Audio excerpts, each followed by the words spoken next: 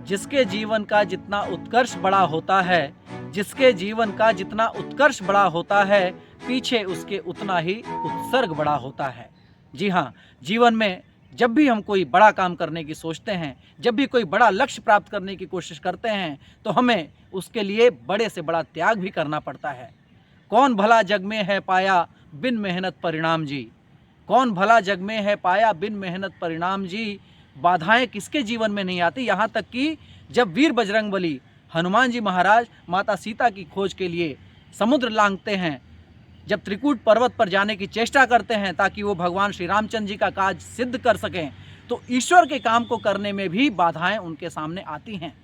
तो जब भी हम कोई बड़ा काम करने जाते हैं और हमें बाधाओं का सामना करना पड़ता है, तो समझ लीजिए कि हम निसंदेह किसी महान लक्ष्य की ओर प्रेरित हो रहे हैं और ईश्वर हमारी परीक्षा ले रहे हैं, जैसे कि हनुमान जी की लेते हैं। सबसे पहले सुरसा मिलती है और शत योजन मुख फाड़ती है, बड़े से बड़ा विकराल रूप धारण करती है कि हनुमान जी को ही निगल जाए,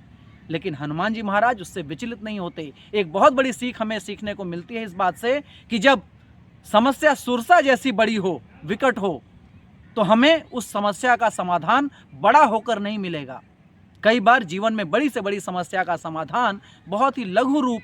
कर लेने पर मिल जाता है, बहुत ही छोटा रूप बना लेने से मिल जाता है, जैसा कि हनुमान जी ने किया। हनुमान जी के चरित्र से हमें इस बात को आत्मसात करना चाहिए, सीखना चाहिए कि जब समस्याएं बड़ी हों, विकट हों, विशाल हों, तो क्या करना है, हमें उस समस्या के सामने छोटा हो जाना है, विनम्रता को धारण करना है, विनयशीलता को धारण करना है। एक और प्रसंग आता है, हालात हों प्रतिकूल विपदाएं पड़ी सर पे खड़ी, हालात हों प्रतिकूल विपदाएं पड़ी सर पे खड़ी, पर मनुज के बाहुबल से वे नहीं होती बड़ी, राह में फिर सिंधु सागर या हिमालय हो खड़ा, पर सहज संघर्ष मानव का सदा होता बड़ा, पर सहज संघर्ष मानव का सदा होता बड़ा। अगली समस्या हनुमान जी के सामने जो आती है वो सिंहिका की आती है, लेकिन हनुमान जी उसके सम्मुख छोटा नहीं हुए। क्यों? क्योंकि कुछ समस्याएं छोटा होकर हल की जा सकती हैं, कुछ के सामने आप विनम्र होकर हल कर सकते हैं समस्या को, और कुछ को आप प्रहार करके, कुछ का लड़कर डटकर सामना करके उन समस्याओं का सामना कर सकते हैं। हर समस्या छोटा होके या अवॉइड करके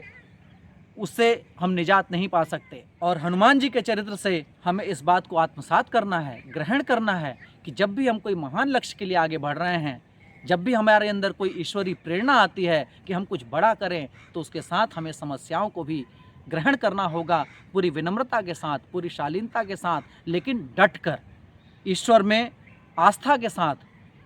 ईश्वर को निवेदित करते हुए हर कर्म को हम आगे बढ़ें। निसंदेह सफलता हमारे चरण को चूमेगी। इसी उद्देश्य के साथ